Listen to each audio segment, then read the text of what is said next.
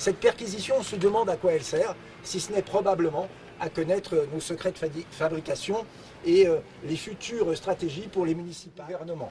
Autant dire qu'après un certain nombre de coups de boutoir qui ont déjà été donnés à notre système républicain et démocratique, on assiste là à quelque chose de calamiteux, d'un pouvoir en déshérence qui a peur de son opposition principale. Il faut savoir qu'après la scandaleuse inéligibilité de Marine Le Pen, après une pseudo-action menée par le Parlement européen encore la semaine dernière contre un parti européen, eh bien on a maintenant cette perquisition. Comme dirait l'autre, ça commence à se voir.